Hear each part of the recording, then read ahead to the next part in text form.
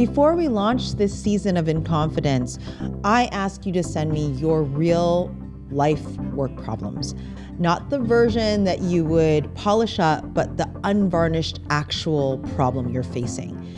And you sent them in. Today, I'm answering them directly, out loud, exactly as you asked the question. So 2 questions this episode we're gonna address. One is about being left out of information or meetings that you need to deliver on your work. The other is about navigating a power struggle, whether you're in the midst of one or in the middle of it and caught there. So let's get into it.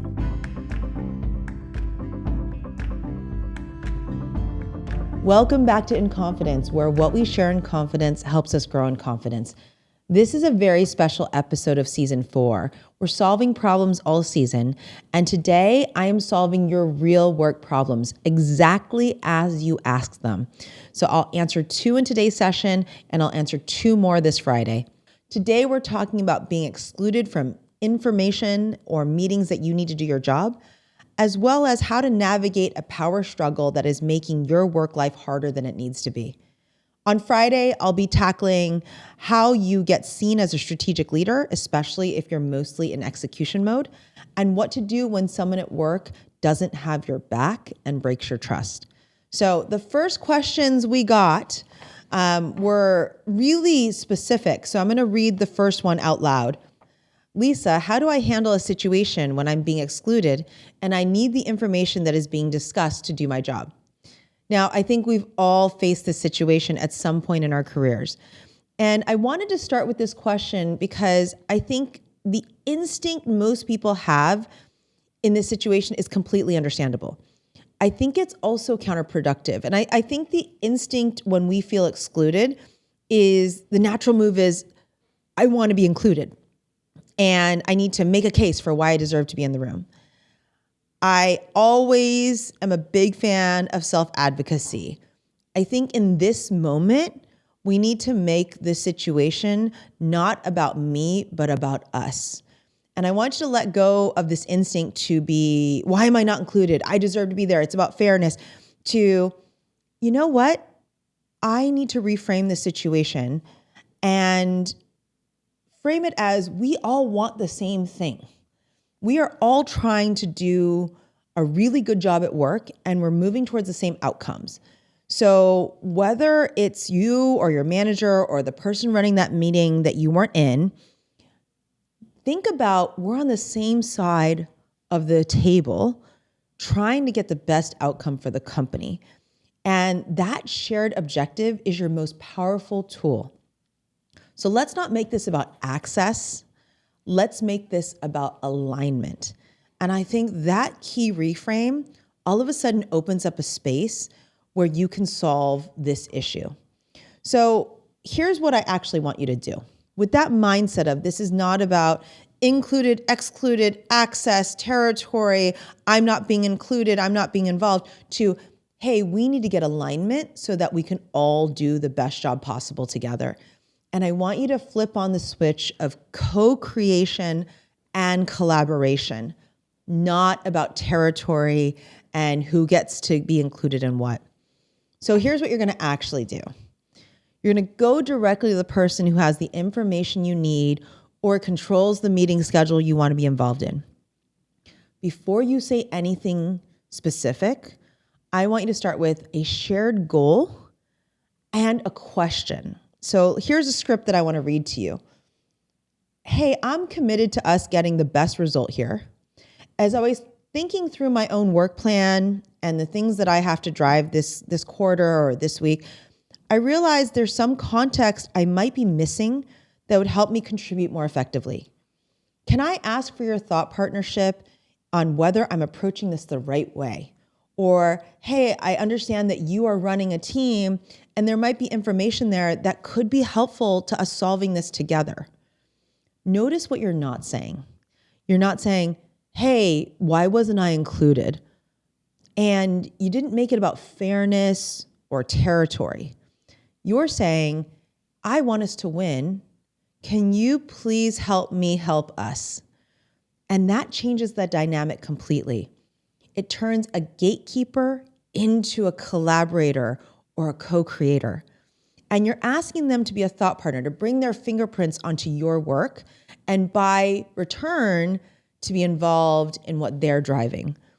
People almost always say yes when you ask them to be a thought partner. And this works every time. I'm going to tell you this now. This absolutely works.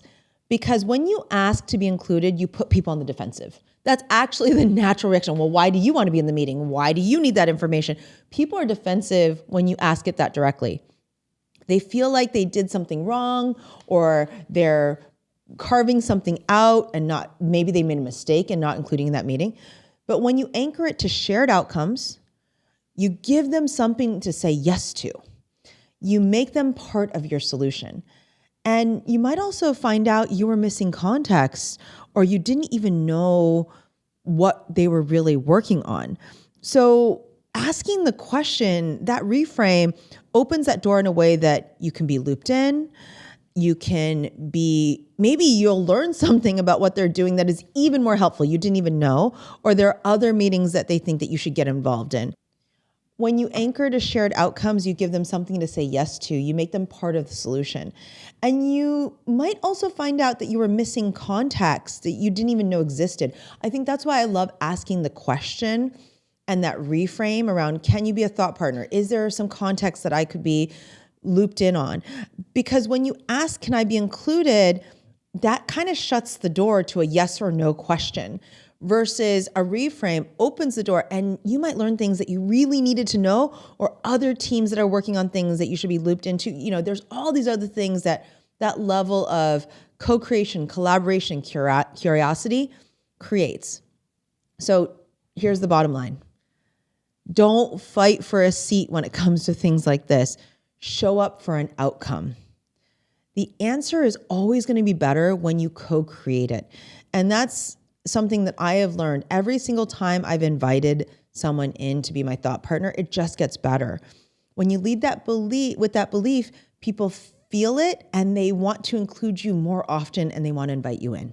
So that was a great question. Thank you all for asking that question. And I love talking about collaboration and co-creation instead of access and inclusion and exclusion. All right, here's the second question of the day. How do I deal with a power struggle in my company? Okay, I have been here, and I'm going to talk a little bit about a personal story that I'm proud of what I've learned from it, but I'm not proud of how I handled it. And so maybe the learning is around sharing it with you all may help me move past something that happened to me 20 years ago. I'm going to answer this question in two separate scenarios, because which one you're in changes how you handle it. So scenario one I want to give you is, are you in the power struggle? It's you and someone else. Or is it happening around you and you're absorbing the fallout? Both are very real and they require very different moves. So if you're in the power struggle, and this is the story I want to share from 20 years ago, I made a huge mistake because I engaged in the fight.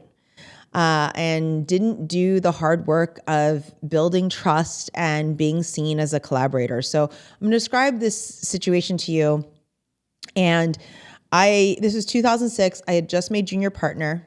I was in the apparel, fashion, and luxury practice at this consulting firm. And I was really an expert in apparel and fashion. And there was a project that was presented to me to help a really cool apparel company build their 5-year strategy, publicly traded company, build a 5-year strategy to present to their board. And the very senior partner on the team said, you know what? Lisa is the domain expert. And I'm going to put this other person, let's just call him Joe. That's not his real name, but we're going to put Joe, who's similarly tenured to Lisa. He is somebody I'm really trying to support to make partner. And I'm going to team you all up because Lisa's the domain expert and Joe is the person who I want to see succeed and learn the skills of being a partner. Now, when you put two people, especially a man and a woman, in that co-leadership seat, I think in 2006, I was high achieving, very insecure, really wanted to be in charge. Like, I probably was not my best self and I was trying to prove myself. By the way, Joe was trying to do the exact same thing. And we both undercut each other. We both tried to take credit. We wouldn't invite each other to each other's problem-solving meetings or client meetings. Like, we were sharp-elbowed and territorial. And here's what I missed the boat on. The senior partner was incredibly close to Joe. He had mentored him for the previous 5 years, and he had his back. I had never worked with a senior partner. And I was the one that got labeled as sharp-elbowed, impacting team happiness, impacting client dynamics. And so halfway through the study, I was the one that got the talking to, not Joe. Not saying that was right or wrong. It just was what it was. And I didn't see the writing on the wall. And at that point, I was told, you rise and fall together. And so I get it, Lisa. You want to be leading this team. Unfortunately, you're co-leading it. You need to focus on keeping the team happy, keeping the client happy, and not getting into a pissing contest, essentially, with Joe. And so I walked out of the meeting. I said, you're right. I'm going to just do the good work, focus on my team, focus on the client. By the way, 20 years later, 2 members of that team, I'm an advisor to both of their startup companies. 2 of the clients, one of the client went to another publicly traded company and brought me in to be a consultant for them.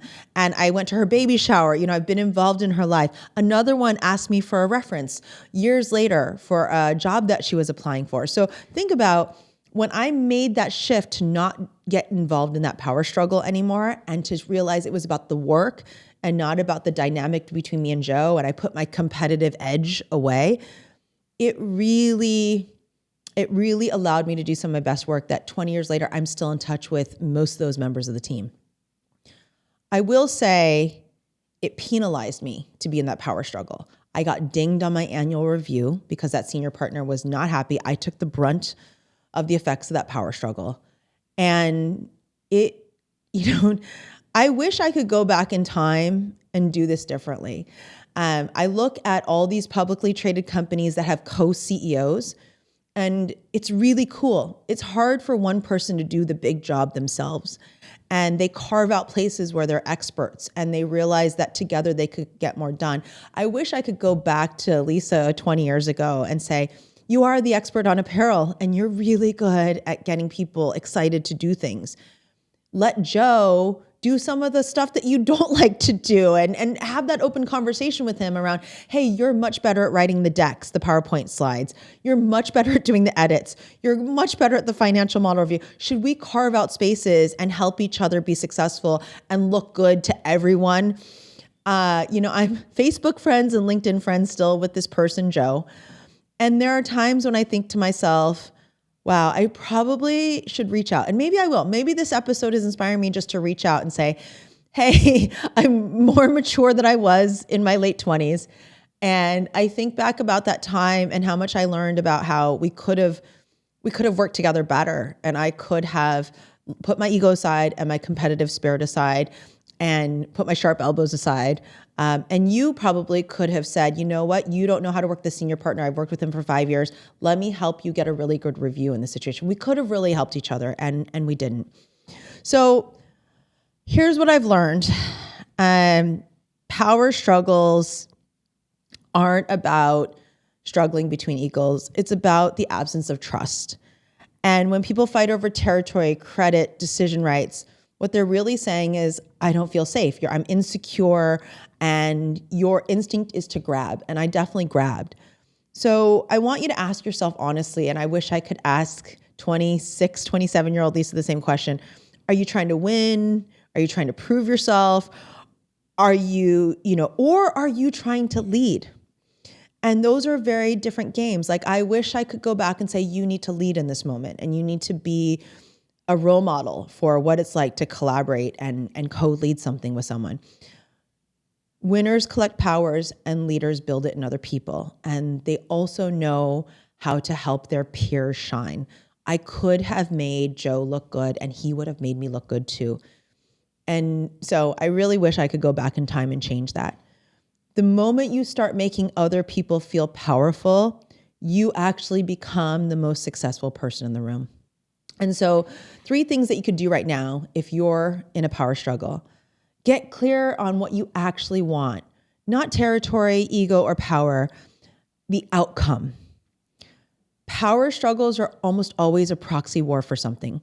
Recognition, fairness, autonomy. You have to name the real thing first.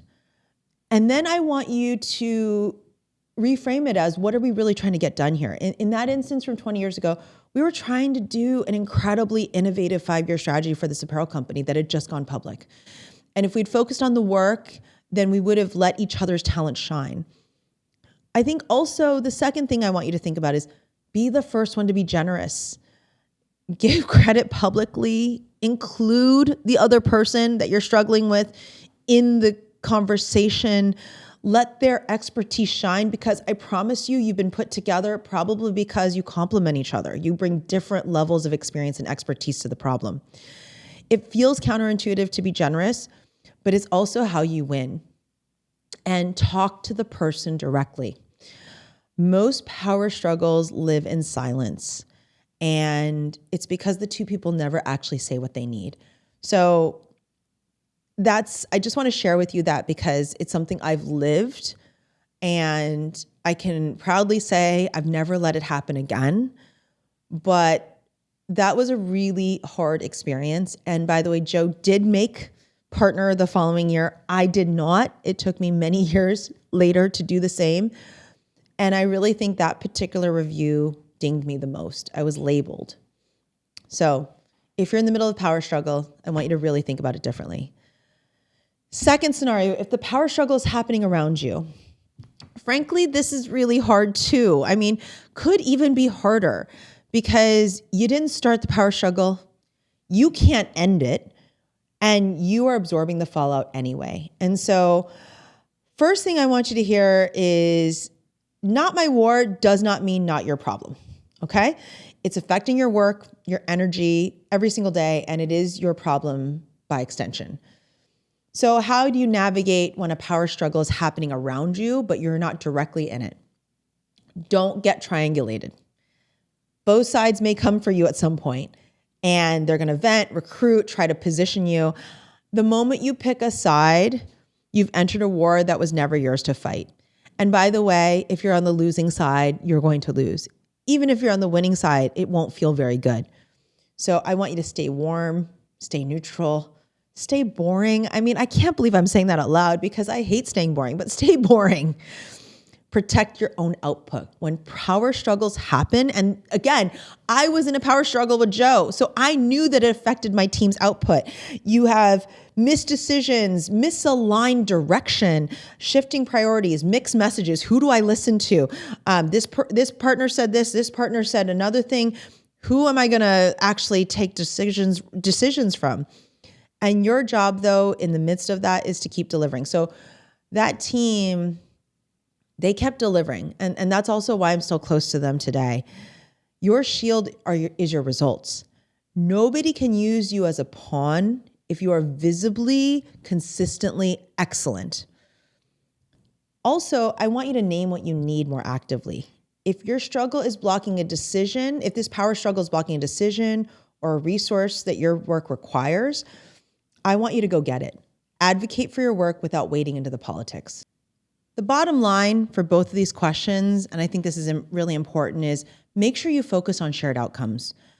Don't make it about you, other people. You have to make it about, we all want this particular thing as an objective. And let's align on the best path forward. I think alignment is a great theme for this entire episode. The person who stays grounded when everyone else is playing games, that's the person who gets remembered when the dust settles.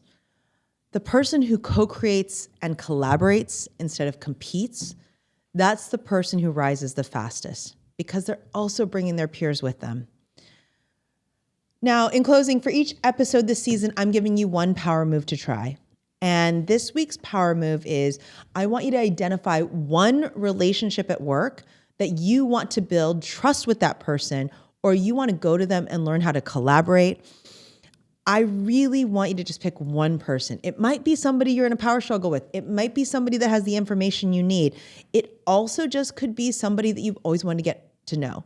So I want you to go do that. Pick one person and go reach out and say, hey, could we grab a coffee just for a few minutes, talk about the work we're doing, find out if there's ways for us to help each other. Now, before we close out, I'm going to do something this season that I love, which is our GRAVITAS Shoutout, because growth deserves to be seen, ownership deserves to be named, and the people doing the work deserve to be celebrated. So at the end of each episode, I'm giving someone a shout out, and I'm actually going to give the shout out to, well, I'm going to say this, maybe to myself and leaders who are trying to lead in a different way. We talked about two things today, all about choosing to lead differently than the room is leading. And maybe this week I will actually reach out to quote unquote Joe on LinkedIn and just have that conversation with him. See if he'll do that with me. Again, we're Facebook friends too. So somewhere along the line, we're still connected. I think whenever you see somebody out there who's choosing to anchor around shared outcomes instead of fighting for territory or their own ego and their own credit, whenever you see someone choosing to stay grounded when around them is grabbing for power, I want you to celebrate them. I've had a few role models like that in my life. And now that I think about it, that's how I lead today. So it's not an easy choice. It's very counterintuitive because we're human. We love to be recognized and celebrated and seen. And we're all competitive to a certain extent if you're high achieving.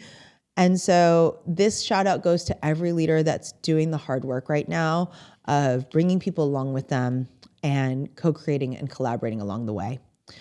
Part 2 is coming Friday, and we're getting into the work that is a little bit more personal. So make sure you stay tuned to that one, because we're going to be talking about what to do when you're talented and capable, but you're not involved in team strategy or strategic decisions that are happening above you, and what to do when someone betrays you at work.